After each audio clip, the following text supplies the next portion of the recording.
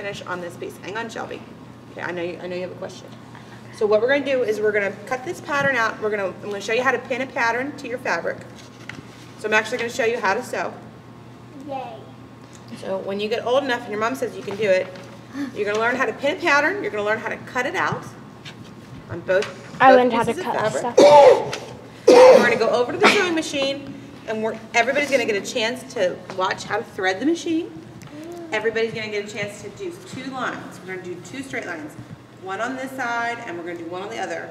And then I'm going to teach you how to hand sew. Okay? So this is probably a 2-week batch, because we probably won't get finished with all of this tonight. Okay? So this will probably go into next week, because we're going to learn how, I'm going to teach you how to do. Wait, we have Girl Scouts next week too. Not next week, but the following week. But we're going to learn a couple different stitches. I'm going to teach you how to do a whip stitch, which is when you do a hem for a pant. Oh. So if you ever have something like, say, your pants come loose, you can hem your pants, and as you get older, that will be something really important.